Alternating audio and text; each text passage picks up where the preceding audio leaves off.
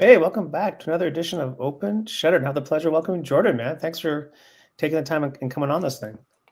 Well, I'd like to say thank you for having me, and I just wanted to add that was a really cool intro that you You had like there. that one? Yeah, thanks. Yeah, A lot of fun. I try to make these shows as professional as possible. You don't need much these days. You don't need much. honestly, I agree with you there. Just a little bit of music, a little bit of effort, and you never know. You never know where it's going to go, man. But thanks, man, for coming on.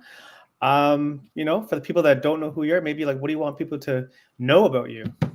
Well, I am a photographer based in Toronto. I live in Yeah, North York, but I travel all around the GTA. I right on. specialize in headshots and a little bit of portraiture in events. So you'll see Okay. me downtown shooting a lot of stuff sometimes. I like to shoot, I would say open concepts, and then Yeah. some more creative shots as well. Cool, man. So, like, are you like, is this like a busy time of year for you? No, wintertime is pretty mellow because Yeah.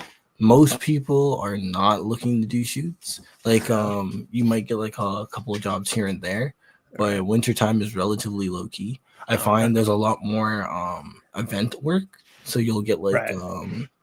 some press conferences. You might get if it depends on what space you're in. Like I know tech right now is very Yeah. very popular because computers tend to drop a lot of stuff in the February, the March Right. bracket. So there's a Right. lot of conferences regarding tech and stuff. So you can get into that field. It works really well.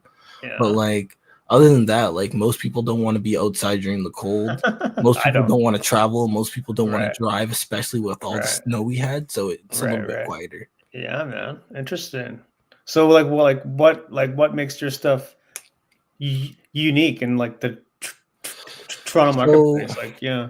So I would say what really sets me apart from the crowd is that I spent a lot of time learning how to really professionally light Nice. and just if anybody sees any of my work, you'll see Yeah. I Right spend a here. lot of time. Yeah, I spend a lot of time just deep delving into multiple lights, different types of lighting setups, and just experimenting with how Yeah. you can kind of just create new interesting environments based off of the light that you have available Yeah. and the light that you can bring. Yeah. So, what are you using now for lights? So I actually have one right here.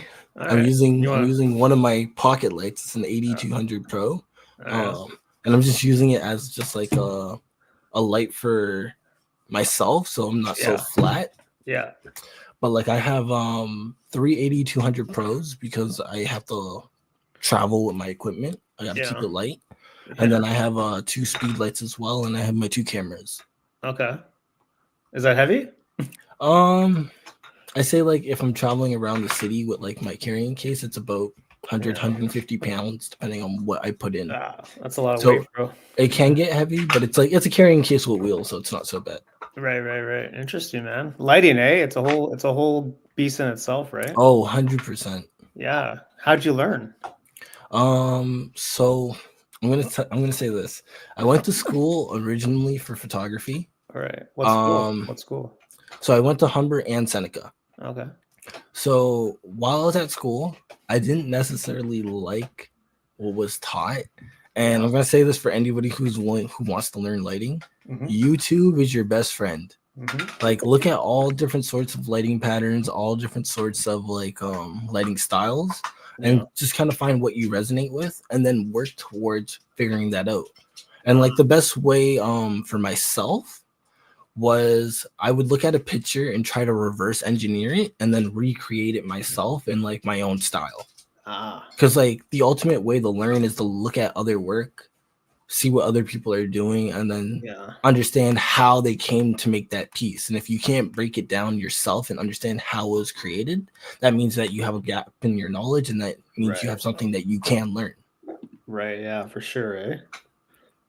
Cool, man. Very cool. What are some people that have inspired you? Oh, Yeah. that's Well, that's name a hard couple. because Name a couple people. I'd have to actually hop onto my Instagram very quickly to get the Yeah. list. It's long, Like eh? it's not necessarily that it's long. It's just Yeah.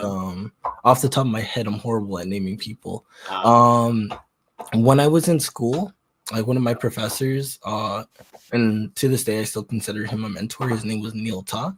Okay.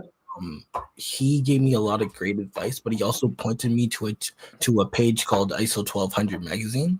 Okay. Yeah. ISO 1200 is like I like to call it like the Louis Vuitton of like photography. It's like where if you get featured there, they consider you one of the best like lighters or like portrait based photographers. Right. Wherever you're doing portrait, headshots, whatever. Like it's Okay. creativity, a lot of like high level photography is hosted there. And then they have an education page where people break down the shots. They show you all the PTS. They show you how the shot came to be. And there's a lot that you can learn from that page. Yeah, I'm showing it right now. It's pretty cool, man. Yeah, so I would recommend checking out the Instagram page. It'll show you really quickly. You can just take a look at like some of their stuff, and then like Okay. the main page itself is just like more blog based, where they have Yeah, like I get little you. entries and stuff. ISO 1200 Yeah, magazine. and there should be multiple accounts. Oh yeah. Oh, very cool, man. Very cool. It's a great resource, eh? Yeah, 100%. Like These guys, couple. right? Let me see the page itself. Yeah, ISO 1200 magazine would be the one. That would be the one. They have like if you like scroll down, you'll see like they'll show some BTS. They'll show like some of their favorite shots. It's all over the place. Ah, So like they're right there. They're showing you how it was taken, what they yeah. used, and then if you scroll over, they'll show you like the final product versus the shot. Right. Cool. Very cool. Yeah, I feel like lighting's very. It's almost like for people that don't know, it's very like intimidating, right? Like there's just so I much think to know, right? I definitely think I met a couple of photographers in the wild Yeah. who have said they were natural only lighters, Yeah. but a lot of it came down to they weren't comfortable approaching lighting like in like a lighting sense, right? And like I have a couple of people where I've actually like did like a little workshop and just kind of taught like a couple of things, and then like they're so thankful because their photography involved in a different level, like a lot of shots that opened up to them because they now had the addition of working with speed lights, for example. Sure. And like speed lights are inexpensive. They're not necessarily a big gateway into lighting. They're like you can get a speed light secondhand on like Kijiji, or you can get like a brand new one on Amazon for like $100 to $200 depending on where you what you want to do. Yeah, you can really create so much. Like when you know lighting, you can really create so many images that you wouldn't be able to otherwise, right? Like it's. Yeah, I definitely agree with that perspective. Yeah, it's just a matter of kind of like being able to practice it, right? Because I've had people on where they practice on mannequins, or they practiced on, things that like just stuff around the house where they can just practice the lighting because they don't have like models or friends to hang around. So I always found that impressive. Like people just use mannequins; they just get a mannequin from somewhere and they just practice, right?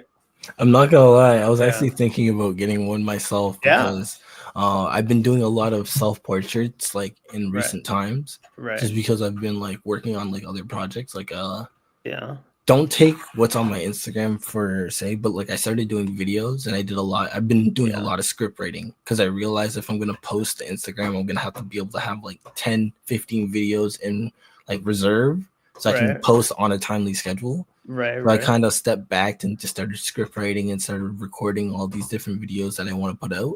But like that's kind of what I've been doing in the downtime during the winter. So what are these videos about? Well, I said I wanted to do like educational and sometimes opinionated pieces. Like for example, like like you'll see like the clickbait videos where it's like, oh, you should do this because of this, and then like they get into their actual point. Like sadly, everybody kind of has to do that, but like they kind of follow a similar format for the reels. Sure. And then like I want to get into YouTube and do like long form.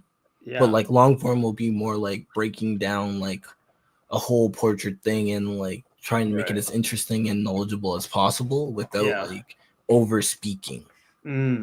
Yeah, no, it's for sure. It's not easy, but yeah, for sure, man. I think there's definitely like an audience for that. I think to me, like with anything, just like you got to be like consistent. Like with anything, just so like people know that like you're serious about it. Yeah, it could be anything. It could be really anything. But like, you know, even going back to like the lighting piece, like if people want to learn lighting, you have to like practice it consistently. Yeah, I definitely, you know, and kind of get into like the grind of just like knowing like the entire process. Because if you just stop after like 1 or 2 sessions, like you're not gonna benefit from it. So, you know, I think people, you know, some people are impatient too, right? They just want to like right away, and then okay, I got it. And I have a few friends that like hopped into it, and they're like, "Yo, why aren't my pictures looking like yours?" And I'm like, "Right, you're not really. You never took in what I said to you. Yeah, like you kind of rushed and skipped to the final product rather than building up to it. Right, and also their photos can't be your photos. Of course. Like it's not, you know, it's not possible. What I would say there is like learning the individual skill. Everybody should be able to produce the same photo. It's how you go and use that skill that produces the creativity and like the differentiates you from the crowd, for example. Right. Yeah. So, exactly. Right. So like how do you get these gigs? Like, is there a pitch that you use? So the number one thing that has worked for me has been, I don't know if I want to spill the secret. Well, I don't know. It's up to you to spill the secret, but the best way to put it would be figure out what your demographic is. Like, and also think about like the niche that you're going into. So for example, I do a lot of headshots. Headshots are my specialty. What has worked for me, and sadly on my Instagram, a lot of my clients don't actually ask to be posted because, you know, they want their privacy, and you have to respect that as a photographer. Yeah. But like for every paid shoot, I might do a free shoot as well, because I want something that I can post to show the masses that like, hey, I'm still working. But like for every client that I get, they might not be comfortable being posted. Yeah, of course. So the first thing I would do is find your demographic and then figure out how you can get into your demographic circle. So like I'm gonna give an example of like a certain clientele that I work with. I thought about like people that are already in the field. They are not going to be looking for a photographer because they've been in the field. They already have their connections. They already have the people that they like to work with. Unless if I'm someone who's already famous, they're probably not going to jump to me because, you know, I'm relatively newer in the scene. Right. So I have to find someone who is new and a fresh graduate, potentially looking to break out into their career, that needs headshots, that needs this and that. Right. This requires more legwork on my part, but attending, like, for example, their seminars, learning about their language, learning about what they do, and then I market myself to them face to face and saying like, hey, I care about you. I want to know like what you guys are doing. This is like my brand. I give them my business card. I give them my socials. And if they contact me, they're also a fresh graduate. If they have friends, they're going to recommend you to their friends. And then you're going to have, like, let's say you land 1, you might land 10. Yeah, 100%. And then like it just widespreads from there. That's like where I found a lot of success. So are you going to the schools then? Well, schools, seminars, or are you just are you just scanning like the internet and seeing like what's going on with like York, York this month, and maybe you're going to like a seminar with York or something? So for example, a seminar could be hosted for like real estate agents. Right? Right. And then like you attend that, you learn about the language. And then the great thing about that is it eliminates small talk because you're able to talk to them about their field, right? Right. Whereas if you go to an event that like let's say like small businesses might attend, and then another popular example is like if you're a wedding photographer, don't just build a website and just blindly market, attend wedding venues. Like wedding shows where they have multiple venues and like people that attend, and you bring yourself there and you market yourself to all these venues. You never know, like one of those venues might say like, hey, we really like your style, and like we'll give you like your business card, you can host them at our shop. So then like anybody that attends that shop might have your business card, look up you first before they even go searching online, and like you might have secured yourself a potential client just because you did this step before going into what everybody else might do first. Right? Like at the end of the day, it's like if you want to make it in this business, you got to work hard and you got to be willing to do the dirty work. You got to set yourself up for success, because like 100%. Photography is relatively expensive to get into, and sadly equipment really does matter. Yeah, it does. But like there are a lot of things that you can do to secure clients that like you probably aren't doing, and you just have to really think about it and break it down for yourself. Yeah, you have to put yourself in front of the people instead of just blindly, cold DMing someone on Instagram, which never really works, usually most of the time. It's more of just, especially if you're there face to face, like they see you in person and they just feed off the body language. It's a different dynamic versus just a random message on social media. Like, who is this person? Yes, exactly. I definitely agree. Right. Especially when it's like a transaction. It's like, okay, I like you, I trust you, I like your work, let's talk. It's a much better setup for success, I think, right? It's just a matter of, like you said, doing the research, like knowing where to go. Like a really fun shoot that I did with a friend of mine. Like we went to Center Island. Nice. We happened shooting in Center Island there, and it was like this was just like a fun shoot with a friend, and it actually ended up leading to me getting like 4 other jobs because people were watching what we were doing, and they were like, "What are they doing with all these lights?" Right? And they wanted to see the results, and then they were like, "Yo, how much is your price? How much is this?" Right? And like having an elevator pitch ready and just being able to say like, "Hey, this is me. This is what I do. This is my prices," and knowing all that beforehand means like you can also take advantage of an opportunity that you might not have had. Yeah, 100%. It's all about being ready, right? Just being ready. Pitch yourself all the time. Pitch yourself all the time.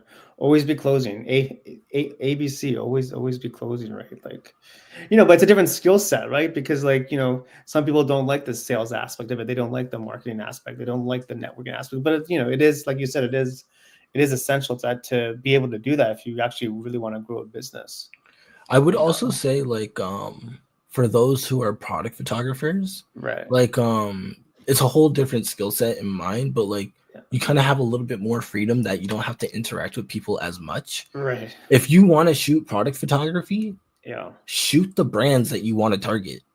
Like don't just shoot random stuff and then say like, "Oh, this is sick. Someone will hire me for this like piece of work I did." Like if you want to shoot a Nike, go find someone who's wearing Nike clothes, or like go get, if you have a collection of Nike shoes and you have like all sorts of Nike little products, shoot them. Like put them in a situation where you can make them look really cool. Like learn Photoshop, make sure you know how to like edit, make sure you know how to like frame them. Like like and then once you have all this work, you can send it out. So you can just you can send out cold emails to like representatives of the company, and like someone will notice you. Yeah, exactly. Even like not even Nike, just like look for like local shops that make stuff that you like. I mean, like I just use Nike as an example. But like exactly. It was like just like look, go down like walk around your area one time and like look for businesses that you like, coffee, whatever. It could be anything. It could be like handmade sweaters. Who knows? It could be anything. But to me, it's like pretend that you have the job, and then once you pretend that you have a job, it's like now what? Now like do something with it. Right? Because once you pretend you have the job, then first of all, there's no pressure on you, obviously, but also secondly, it kind of gives you the freedom to like make something, and you can take your time and make sure it looks good, and then you can present it. But like especially when you're shut down, no one's gonna be calling you and say, "Hey, did you take that photo shoot the other week?" Because like when you're starting, like no one knows. Exactly. Plus in Toronto, like there's just like it's such a saturated marketplace. Like it's hard to know like. Exactly. I always think like whenever I try to approach a business, I always think they probably got the same message 10 times already. Like, here you go. Here's another person. They want to create content, blah, blah, blah. Who are you? What do you do? Like for them, they must get pretty bored. Like that's why I like your point of having like the elevator pitches. Like you go right into it. Bam. This is what I bring, and this is what makes me unique, right? Because first of all, people have no time, and people like. It's like, they always say, well, can't I just use my phone? I'm like, well. I always say this. Yeah. Like, I've had clients on me cancel before Right. Where they were like, yeah, I found someone cheaper, or I found this, I found that, right? And like I've had a majority of them hit me back up and say like, hey, like, can we do the shoot? I understand that like this was the price before, but now that I paid this, can I get a discount? And I'm like, I'm sorry, you decided to work with someone else. And like, it's insane that they said that. And I understand that like you lost your money here because you don't like the final product, but like that's the result of choosing someone cheaper. You pick a photographer based off of their vision and how they create. Like if something I shot resonated with you, that should be the reason why you're willing to pay the price, because it's what resonated with you. If you're looking for the most affordable thing, then you obviously didn't have enough money in the first place to do the shoot that you wanted. Yeah. Of course. I mean, it's crazy that they said that too, that they wanted discounts. Like, no, you went the other way. I mean, it's happened more than once. I'm sure it has. It's crazy, man. It's crazy. Many times. Like we gotta stand up as people in like the arts. It's like, no, the price is the price. Like exactly. It doesn't matter. You went to Harvard. You don't get discount because you went out. You want to, it doesn't. It's crazy. Yeah, I don't know, man. Sometimes I just feel like we're so devalued just because of like, can't I just use my phone? It's like, well, you can, but then you're not gonna get this. I feel like it's funny because one of the first videos I released was like, can I start photography with a phone? I actually think phones right now are pretty good. Like the cameras on our cell phones that are coming out are really solid, and like yes, you can start photography in the sense of like natural light, understanding like the basics. But like to make it a business, you are going to have to buy a camera. Like nobody, like people aren't going to take you seriously enough to be a straight up photographer with the phone. But let's say you're branding yourself as a content creator and you kind of do it all. Like you do videography, you do your cell phone, you make little memes. Like your phone is more than enough for that. Like I know I have a friend that works for what's the news channel? There's a certain news channel. Is it CBC, I think, in Toronto? I don't know. There's a few. He works for one of the news channels in Toronto. And it was like, are you guys going to get me a camera? And they were like, no, just use your phone. Oh, is that right? Yeah. And I mean, like, I understand why, because, like, he's just recording. He's just recording surface level videos. Yeah. So it's not like they're going to need like film quality videos. It's the news. Yeah. You just need to be able to record what's happening in front of you. So like that's perfectly fine for what it is. Yeah. But like for example, let's say you're running a business. Let's say you're running a pharmaceutical company and you want to record a video on your phone versus hiring like a team to shoot your tutorials, right? It's gonna speak a lot of volume about your company. It's gonna make you look cheap. It's gonna make you look like you're not like amateur hour. Exactly. Amateur hour. You don't want to look at amateur hour in front of clients. Of course not. Exactly. There's always this like perception of clients when you walk in with this huge, you got all this gear on. It's like, oh, this guy must be really good, right? And then the next guy walks in with his phone. It's like, who are you? It's funny because when I actually go to meet clients, I put my biggest lens on first. You got to, and then I change to my smaller lenses after. You just lay all the gear on the table. It's like, oh, sorry, this is just my day gear. So this is what I carry on with me all the time. But yeah, there's always this like perception with clients about like the more gear you have, like the better you are, which obviously can be true. But sometimes there's people with a lot of gear that have no idea what they're doing too, right? Exactly. So you got to be careful like who you're talking to sometimes. Like, the gear is the gear, but you also need to make sure that the person knows exactly what they're doing, right? Exactly. I definitely agree with you there. Well, Toronto's such a very, very saturated marketplace with just it's just so much going on with like, oh, I need content, I need photos, I need video, blah blah blah, and then it's like you have like 1,000 people apply. Well, out of that 1,000 people, who's actually good? You got to wonder about like the ratio on that. So, I actually have a comment about how saturated it is. Yeah. There's a really common trend that I've started to notice. Like when I started doing events, the very first thing I started to attend was fashion shows. Yeah. Like fashion shows are happening everywhere. Yeah. They're very easy to get into. Right. You just have to know who's hosting it. The downside about that is I realized nobody gets paid from fashion shows but the host of the events. None of the models are getting paid. None of the photographers are getting paid. The makeup people aren't getting paid. The makeup people aren't getting paid. And it's just like, everybody's being taken advantage of for free, and like nobody's able to do anything. Like honestly, even if the photographers are coming out of their own free time, it's like the models should be getting something. The models should be paying the photographers for the pictures they've gotten, blah blah blah blah blah. And it should be like a circle. Like if you're taking a really sweet shot and the model wants to purchase that photo from you for like usage rates, like that should be a thing. Yeah, right? Of course. But there's also these trade for print groups. Right. And what I've noticed on some of the trade for print groups is people will be like, can I get a whole engagement shoot? An engagement shoot will model for a photographer who's looking to learn, right? And like that's kind of taking advantage of the system, right? Like you know exactly what you're gonna do, and you're gonna do this engagement shoot 3 to 4 times over until you get the result that you like, right? Because you know you're just giving your free time instead of paying someone for their skill set that they've learned and created. It's not right. It's not right. Yeah, man. So like that's I hear you. That's probably the biggest gap I've noticed between like breaking away from working for free and getting paid for your skill set. Sure. Yeah. But like there's but thankfully I will say there's a lot of opportunities to learn in a low pressure environment where you can make a lot of mistakes. That's like that's the one benefit from it. Of course. Yeah, 100%. So like how long have you been in business for then? Oof. I started really getting serious about photography. Yeah. I would say about 2-3 years ago. Oh, so not long. But I've been shooting for granted 10 years. Right. So it took you like 7-8 years to get into like a.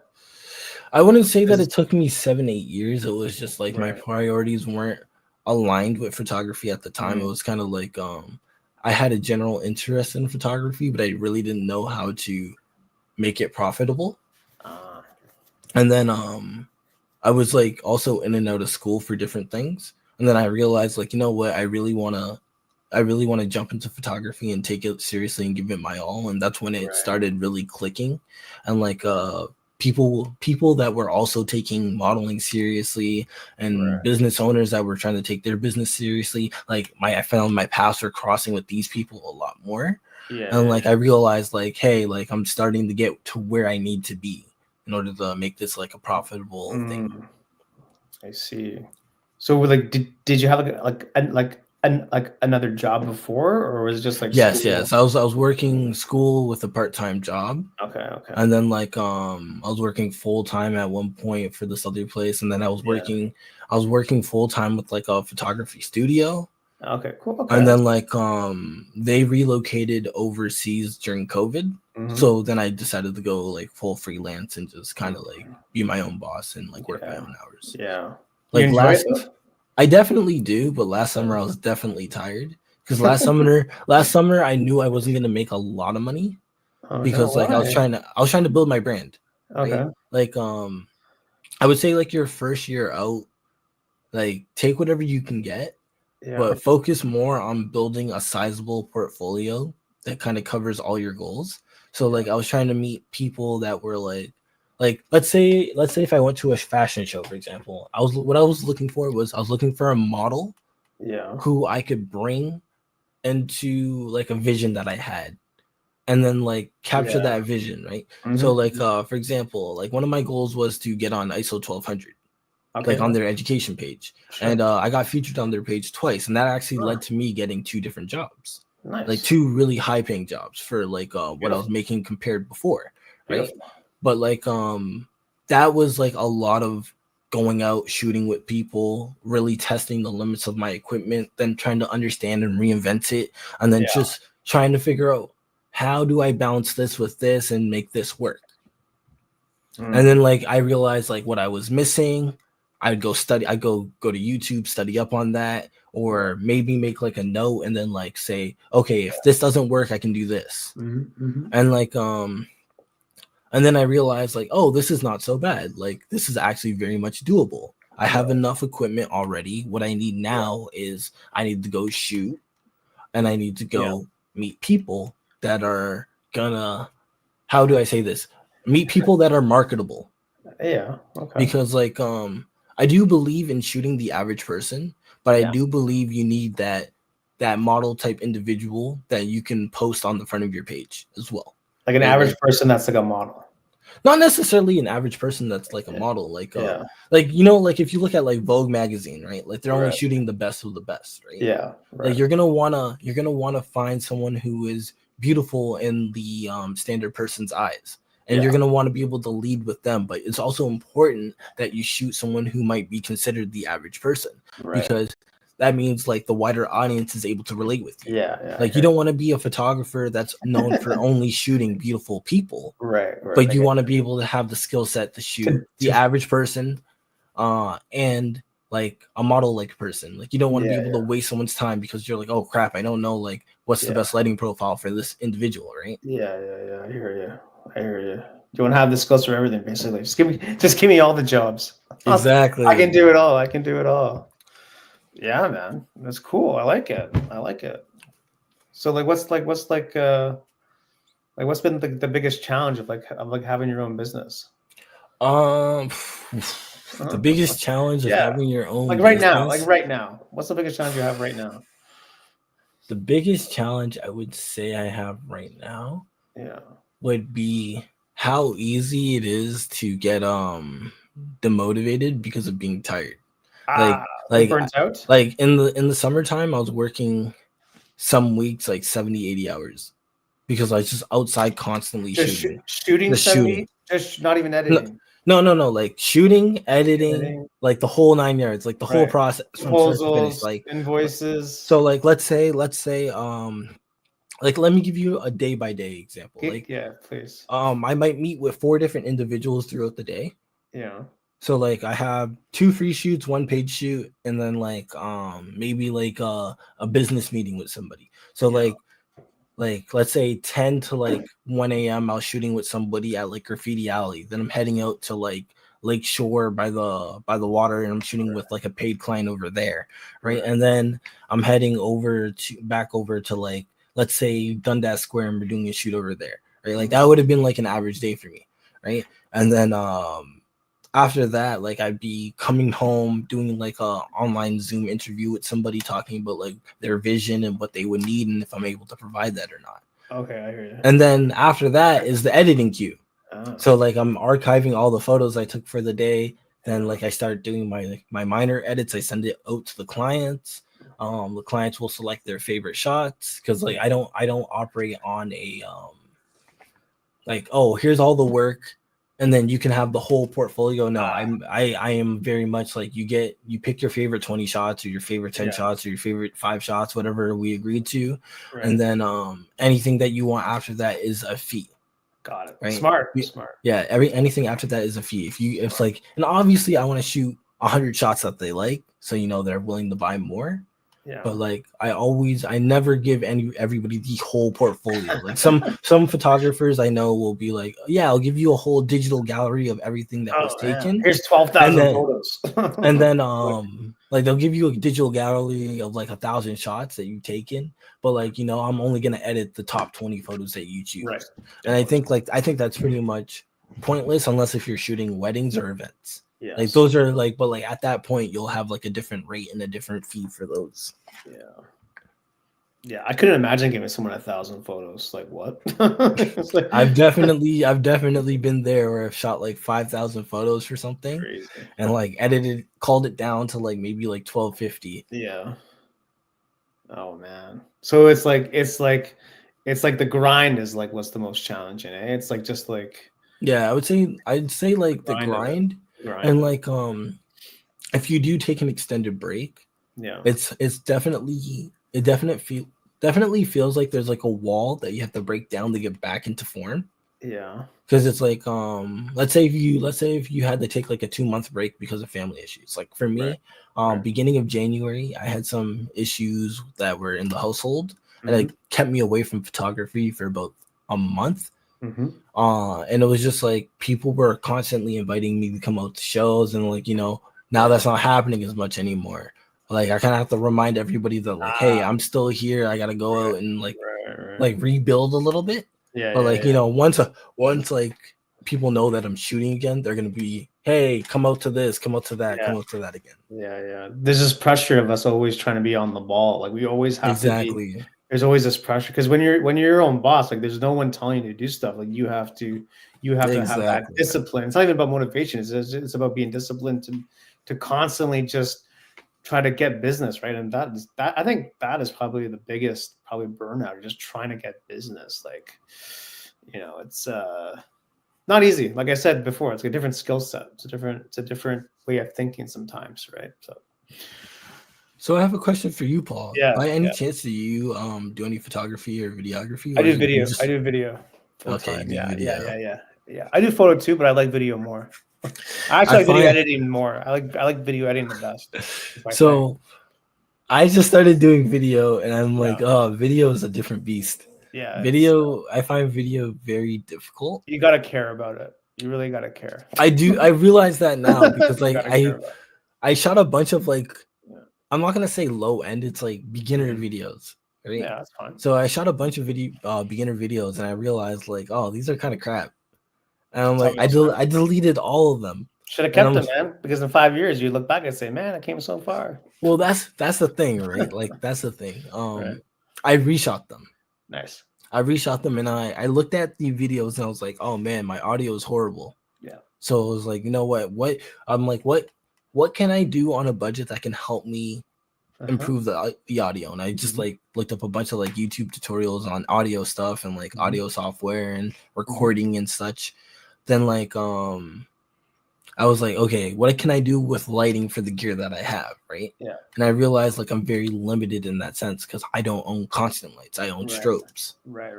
So I was just like, oh man, this is challenging. But like it's been fun because like I'm starting to see the progression from where I started at day one and all the issues that I had, and then like how much better it's gotten since then.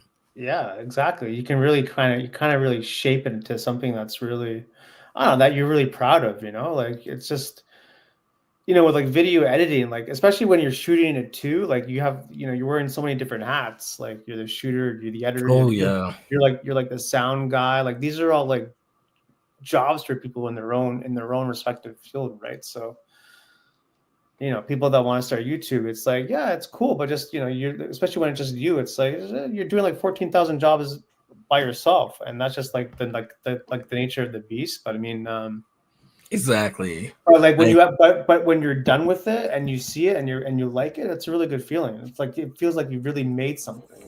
I definitely agree with you there. Right? Yeah, like it's a lot of fun, man. I don't know, just especially with like YouTube, like the cost entry is super low. Like we just said earlier, use your phone, do what make whatever you want to make. And my thing is like just make sure that the thing that you're making is like something that you actually want to make, exactly something that you care about. You gotta care about it. Otherwise you're not gonna it's gonna fizzle out. It's gonna fizzle out, right? Kind of like what you do on your end with photos. Like you care about it, right? Like it's your thing. Like this is my thing. This is what I do. So, and obviously like that passion carries through, right? So, it's just a matter of like I said, that people start but they quit, right? So you just gotta, if you really want it, you just kind of keep going and then meet people. I mean, Toronto there's a million people doing what we do, right? So it's just a matter of like connecting and chit-chatting about like their process, right? Like it could be so simple sometimes. What people do, it could be so simple, man.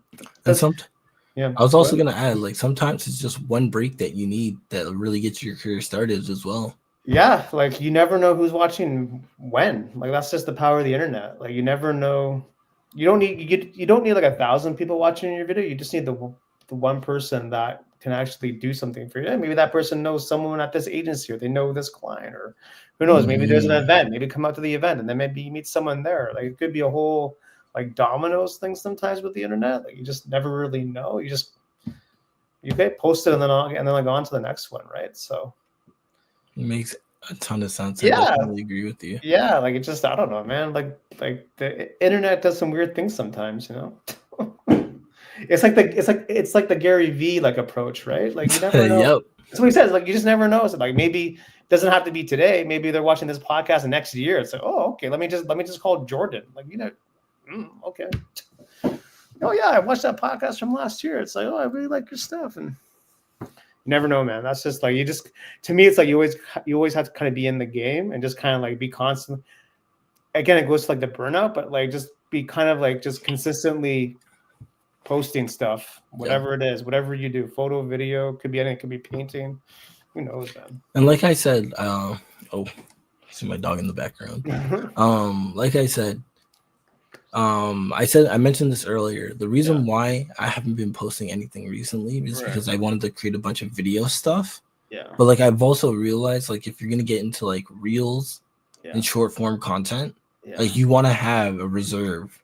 So like when you're not able to create, you're not pressed to like, oh, I need to hurry up and make something and then put it up immediately. You always want to have maybe, let's say, 10, 15 videos in reserve. Yeah. So like if you have to take 2 weeks away, you have stuff that's constantly going up all the time. Yeah, exactly. You almost like want to like maybe make like a bunch of stuff over the weekend, and then maybe you have like 10 that are scheduled to go out, and then they're just scheduled, and then you don't have to worry about them, right? Yeah. Again, it goes back to like being like a social media manager, which is like another career in itself.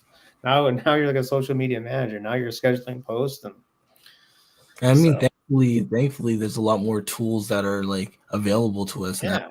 Like the average person can just download 2 apps and like alternate between the 2 apps and have posts coming out on their Instagram page or whatever. What I do. I use the same piece of content, like short form, and I put it everywhere: TikTok, Instagram, YouTube, exactly, whatever. You go on Twitter, go on wherever there's a platform, I just post the same piece. And then some take off and some don't, but that's just like the nature of like the platform, right? Exactly. So you just never know. You just never know. It's almost like playing the lottery. It's like, oh, let me buy a ticket here, let me buy a ticket there, and we'll see how it goes, right? But yeah, I mean, that's what I tell people all the time. Just film, like, do over the weekend, just do like 10, 30-second reels and post them everywhere. Then you're everywhere. I agree with you, man. You know what I mean? Like, you don't have to make it super complicated, you know. Depends on what you're doing with the reels, but if it's just like a talking head piece, it doesn't have to take very long to do. You can put some captions on, maybe some background music, and then just post it. I don't know. That's what I do, but I don't know. people have their own skill sets too, and maybe they don't care about as much as I do or whatever it is, but that's fine. You know, you just gotta. To me, it's like you gotta find your thing. Like, don't be so pressured into like trying to follow what everyone else is doing. Like, I definitely agree with you. I was just talking last week about with Jason. Like, we gotta really find like your North Star. Like, really know where is it that you're going with all of this? Like, where is it? I definitely where do you want to get to? You know, like, because if you try to follow other people and what they're doing, I mean, I get it. You want to get the clicks, but I mean, at the same time, like, also have like a North Star of like, well, why are you doing this? Like, what is the purpose of it? And really have like a strategy behind it, you know, like. Because someone said this to me before, regarding in that, like, that point you said, like, if you're following the trend that everybody else is doing, like, for example, I'm sure you've seen the reels where it's like someone has like a bajillion photos going really fast to like a song, and then you see like a bunch of other photographers also doing this. You got to realize that no client is actually looking at these reels. It's all other photographers that are looking at and appreciating your photos. So even though you might get 1,000 likes on this reel format because a lot of people are doing it, none of these people that are looking at this reel format are actually absorbing your content and looking to hire you as a client. Yeah, exactly. It's just fellow creators looking at it. It's like, oh, I'm gonna do the exact same thing for me. Exactly. And then when you're looking at it, it's like why is everyone doing the exact same thing? Like, why is everyone doing the exact same? It's like no one's. Yeah, that's what I mean. Like, gotta have like a purpose, you know, behind it. Like, what's the purpose of this? So I don't know. It's not an easy question, but because, you know, I'm sure things change. But I mean, like, what do you like? Like, what do you want like your work to be like known for? Is there something you want your work to be known for, like, overall? I guess like my end goal is I've always found that I love teaching. Okay. So like my end goal is to get to a point in my life where I could essentially teach the next generation of photographers. Cool. Because like my experience in school wasn't great, in my opinion. Yeah. Like, it's too bad. Like, I'm not gonna say that every teacher was bad, Yeah. But like I definitely felt that we were pigeonholed into a certain style of photography or a certain way of thinking when it comes to photography. And I think that's just not the right way to do it. I think you should give everybody the knowledge and tools that they need to succeed. But you should also foster whatever style of photography that they kind of move towards. Yeah. Like for me, I was like very interested in shadows. Yeah. And my teachers were like, no, you can't really utilize shadows like this or that. And a lot of the work that I've gotten has come from utilizing shadows the way I utilize it, because it was a little bit more unique than the average person. Yeah. Did you send that to your teacher? It's okay. It's okay. We've actually had talks about it, and they laughed about it after the fact. But I said the day I graduated, I went to YouTube and I learned how to do what's called a high speed sync. Yeah. And that changed my photography forever. So like, of course, man. Crazy that they said that, but yeah, it's too bad.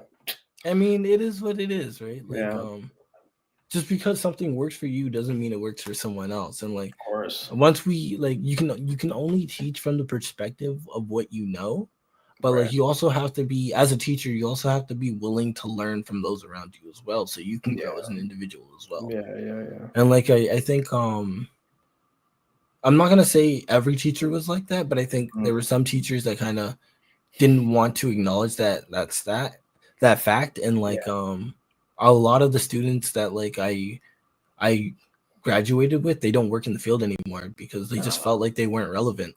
Right. Yeah. Too bad, eh? Yep. Yeah. I guess because they also taught from experience too. Like, I know that was their experience when they were doing photography, and I guess that's just how they felt it should be. But well, you also have to remember as well, like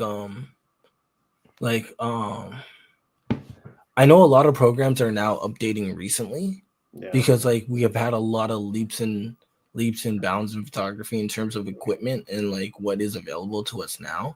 But like for example, my teachers were teaching on DSLRs, right? When mirrorless is the current like form factor, right? And like depending on the DSLR they have, like high speed sync might not even be an option, where you're basically using like a natural ND filter by shooting at a very high shutter speed. Yeah.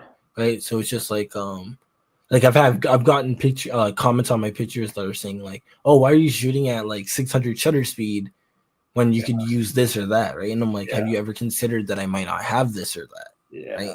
So it's just like, I might not have all the gear that another photographer has, but if I can achieve the same result because of knowledge, then why are you complaining or trying to belittle? People just like to troll, man. Exactly. They just like to troll for some reason. I don't know what it is, but yeah, crazy, eh? Yeah, I mean, if you can get the desired image, then it doesn't really matter how you do it. I mean, you got it. Like, it doesn't matter what you use. Like, I got it. This is what we wanted to do, and yeah, I don't know. I think sometimes people get jealous too, right? Like, people get jealous of like other people's success for some reason. I don't know why, but they do. So it is what it is, right? It's just part of the game, I suppose, in terms of just having success, right?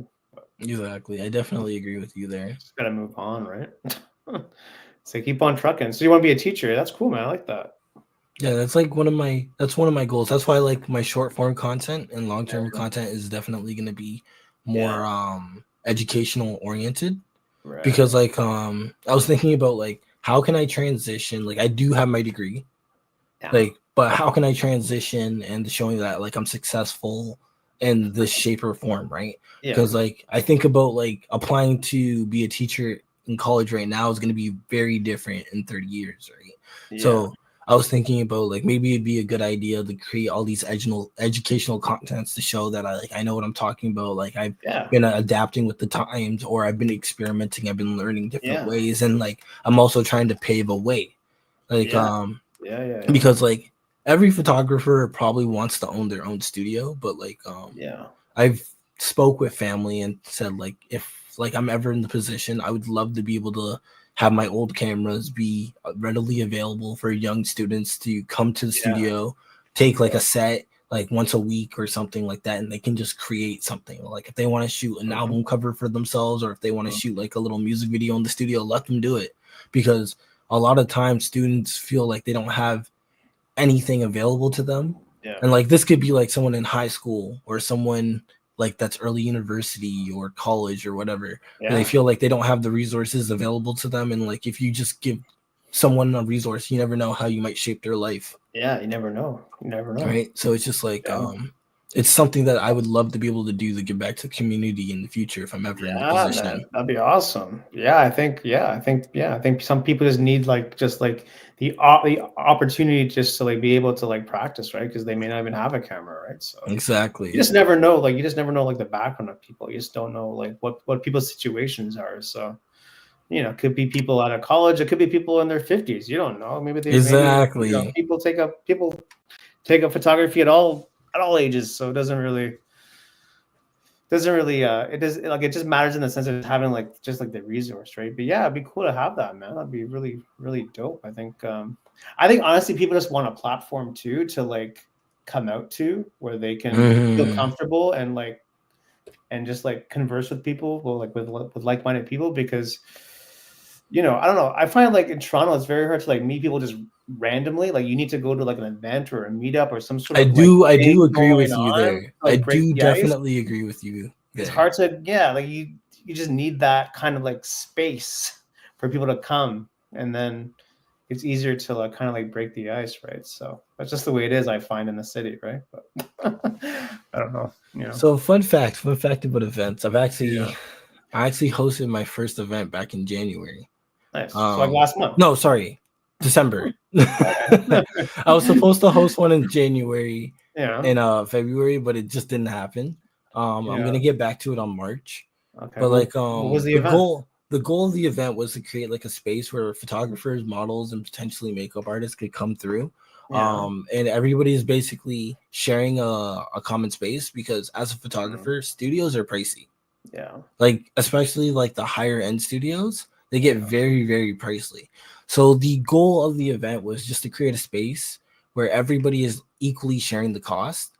And like I found like there are other people that are doing this, but sometimes I notice like photographers are getting charged like $100 to come to an event where the models are coming free, but the photographers are the ones providing the photos to the models. And I understand that people are willing to pay that, but like I was like looking at that and I was like, I don't know if I feel comfortable with all this, right? So I was like, you know what? I'd rather this event just break even. Yeah. Or if we have like a surplus, we cash raffle it for like the people that attended, or it pays for food, or it pays for this and that, right? It pays for like the makeup artists that come and give their time for giving like their makeup skills to the models, for example. Yeah. Right. And then like everybody comes out, they get photos for their portfolio. Everybody knows that like they're supposed to be doing this and that. And the way it was organized was the photographers select their models. So it's not like I'm finding 5 models and then everybody who comes is like, oh, I really like this one model in the corner over here. Everybody wants to shoot this person. Yeah. No, everybody is happy because they're shooting their models that they selected. Yeah. If someone wants to work with someone else, they can say, hey, do you guys want to collab? And like you rotate around the studio, because the studio will have several sets, or it'll be shot, it will be done in a way where we'll have like, oh, this one's going to be a featured model, or we're going to have 2 models. So just know that it's speed light only, or like you can bring equipment, or you can do this, or like sometimes the studios will have equipment that you can rent. And depending on how many photographers don't have equipment, I'll say like, okay, the total price is this. It might be an extra $10 per person for everybody to share this equipment that's going to be there for the day. So I'll be at this event for, obviously, the longer I rent it out for and the more people that fill the slots, it becomes cheaper for everybody because, price goes down with time spent. Yeah. But it also requires me to be at the studio for 8-10 hours when I'm hosting this event. Yeah. So that's the only downside about it. But the first event was super successful, I would say. Everybody had some really great work. I want to do 2 to 3 more events before I kind of make this like a more public thing where I invite like anybody can come.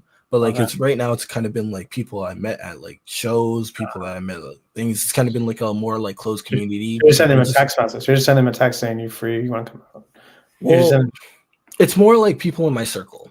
So like I'll send an email out to like all the photographers that I know, and like I know like they're respectful. They're not going to be like oh yeah, this is not for you. Because like I went to an event that was hosted, and one of the guys was like, yeah, you should host the event here because he had connections in the place, and he literally took like 4 of the models that everybody wanted to work with, brought them into a place where none of the other photographers could go to.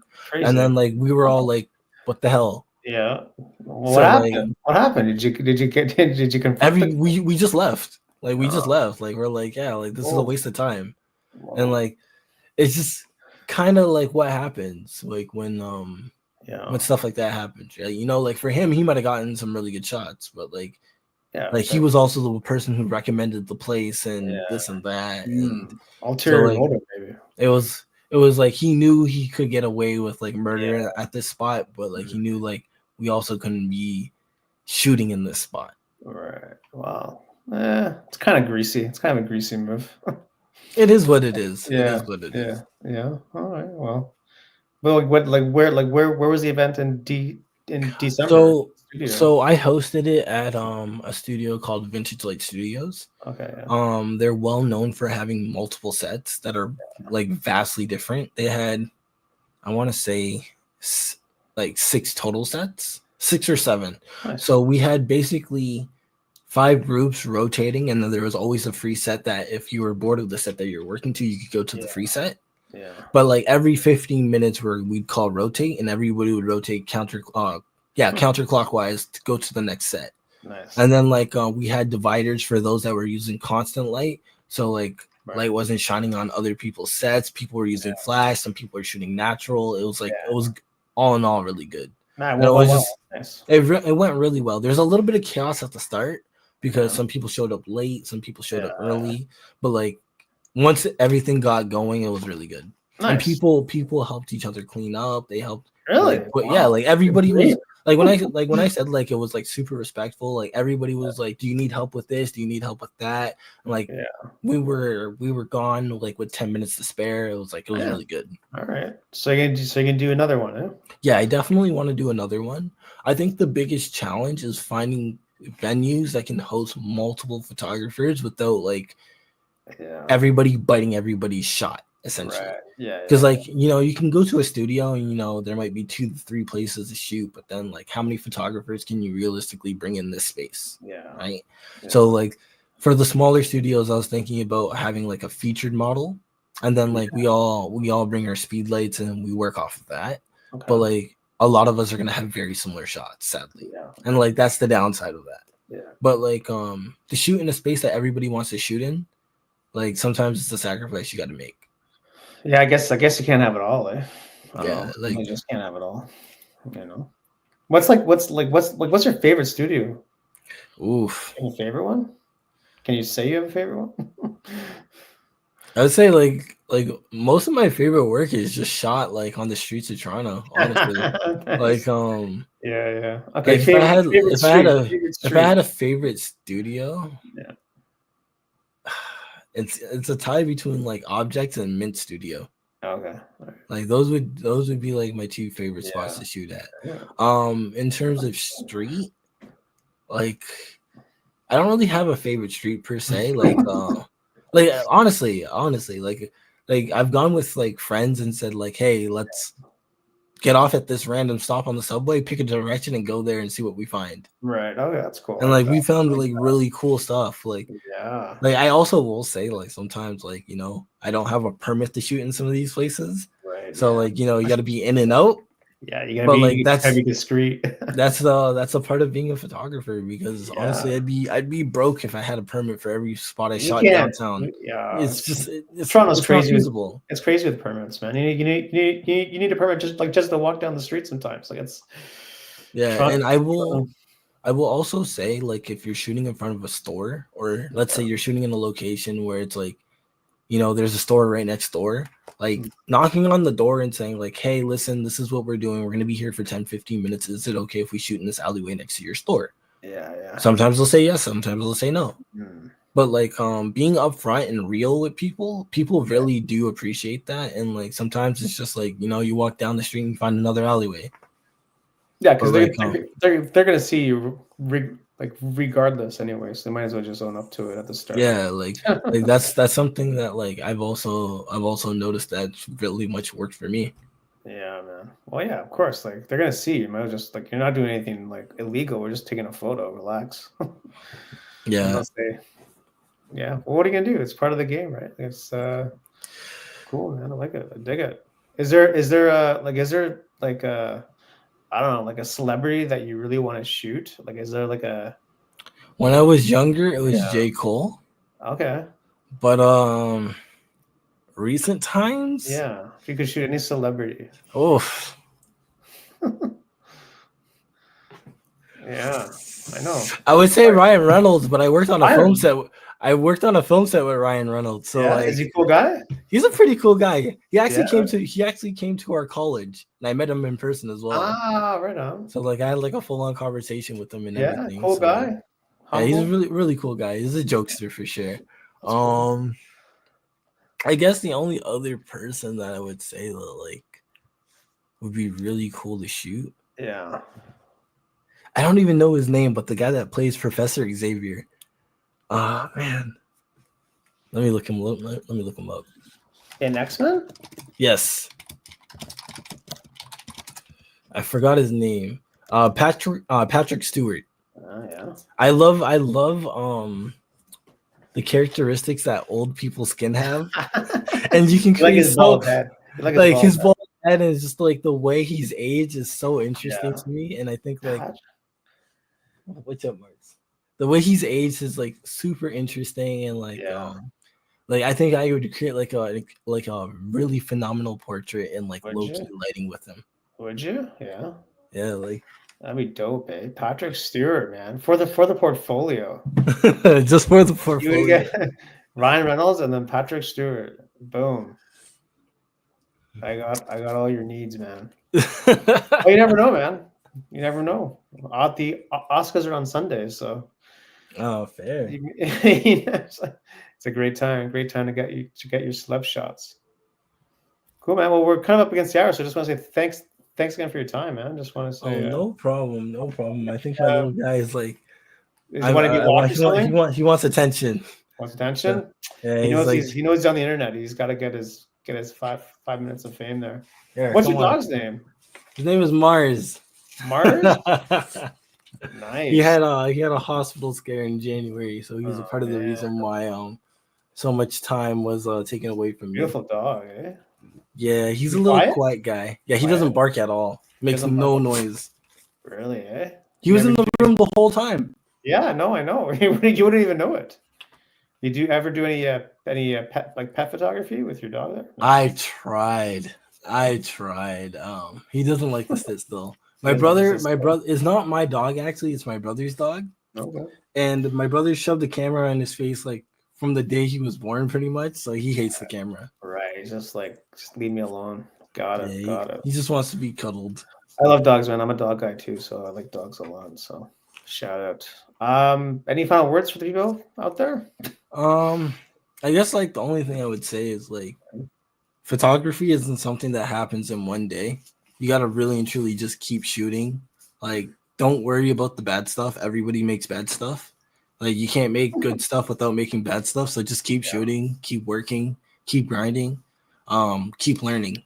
Yeah. Because no matter how good you think you are, there's always something that you can do better. 100%. It never ends, does it?